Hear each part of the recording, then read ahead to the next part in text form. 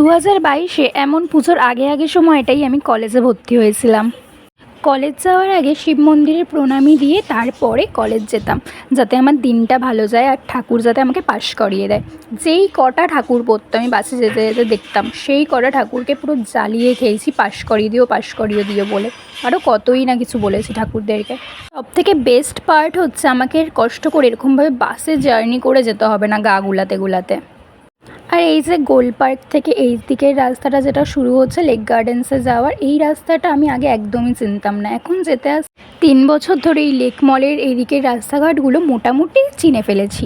কীভাবে ফিরতে হবে, কীভাবে যেতে হবে, সবটাই কিছুটা জেনে গেছি। যাই হোক, 2022টায় আমি যখন ভর্তি হয়েছিলাম আমি বুঝতে পারিনি যে এত তাড়াতাড়ি এই 3টে বছর কেটে যাবে। আর লেক মলের সামনে নেমে এই ফুলগুলো দেখতে দেখতে যেতে না আমার খুব ভালো লাগতো। আর যে কোনো অকেশন পারপাসে এই রাস্তাটায় এত দোকানপাট বসে, মানে যেটা পুজো বলো বা নিউ ইয়ার বলো, যাই হোক না কেন, দোকানগুলোতে খুব সুন্দর সুন্দর জিনিস পাওয়া যায়। কলেজের বাইরে সব ভিড় করে দাঁড়িয়েছিল, কেন জানি না, আই থিঙ্ক কোনো এক্সাম চলছে 4th সেম বা কিছু, ওই জন্য।